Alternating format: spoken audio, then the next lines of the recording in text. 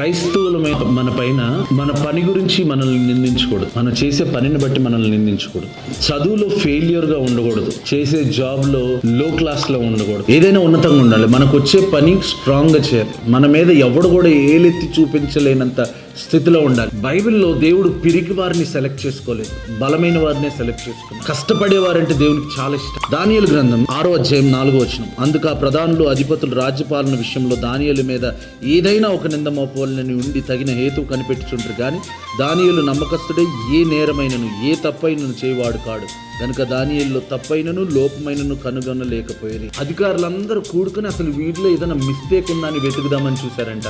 తను చేసే పనిలో ఎక్కడ కూడా చిన్న మిస్టేక్ కూడా లేకుండా చూశారు. కొంతమంది జాబ్కి వెళ్ళేటప్పుడు బైబిల్ పట్టుకెళ్తారు. ఎందుకు పట్టుకెళ్తారండి? మీరు వెళ్ళే జాబ్ చేయడానిక, బైబిల్ చదువుకోవడానిక? బైబిల్ చదువుకోవడానికి మీ ఇంట్లో సమయాన్ని మీరు సపరేట్ చేయలేరా? జాబ్లోకి వెళ్ళిన తర్వాత జాబ్ మానేసి మీరు బైబిల్ చదవడం ఏంటి? జాబ్ ఇచ్చింది దేవుడే కదా. మీరు జాబ్ చేస్తారా, బైబిల్ చదువుతారా? ఒకవేళ జాబ్ నమ్మకంగా పనిచేయకుండా మీ బాస్తో తిట్టించుకుంటే దేవుని నామానికే కదా అవమానం. దేవుని సన్నిధికి వరకు సపరేట్ ప్లేస్ పెట్టుకోవాలి. మీ రూమ్లోకి మీరు చదువుకోవాలి. అది మీ రహస్యం. ఎవరో వచ్చి ఏలెత్తి చూపించి మీరు జాబ్ చేసేటప్పుడు ఎందుకు ఇక్కడ దేవుని నామానికి కూడా అవమానం కలుగుతుంది కదా. జాగ్రత్తగా గమనించారు. అక్కడ అధికారులందరూ కూడా ఇతని మీద ఏలెత్తి చూపిద్దాం అనుకున్నారు.